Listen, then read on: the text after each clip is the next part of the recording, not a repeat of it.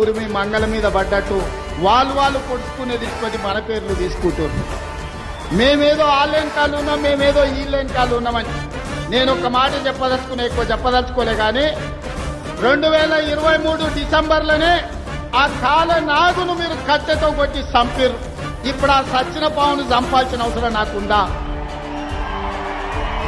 BRS అనే పామును ఇది కాలకూట విషం ఉన్నది, ఇది ప్రజలను దోచుకునే అనకొండ అని 4 కోట్ల ప్రజలు డిసెంబర్ 3 తారీఖు నాడు బండరాయితోని మోది ఆ కాలకూట విషమున్న కాల నాగును ఆయల్లనే తెలంగాణ ప్రజలు బొందబెట్టిరు, మాడ వలగొట్టిరు.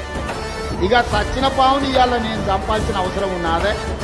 మీ పంపకాలలో పంచాయతీ వస్తే కుటుంబ పెద్ద దగ్గర కూర్చోండి, తెగకపోతే కుల పెద్ద దగ్గరకు పోండి, అక్కడ కూడా తెగకపోతే మంత్రగాన్ దగ్గరకు పోండి. ఎందుకంటే ఏ పంచాయతీ తెగకపోతే మంత్రగాన్ దగ్గర పోయి కూర్చుంటారు.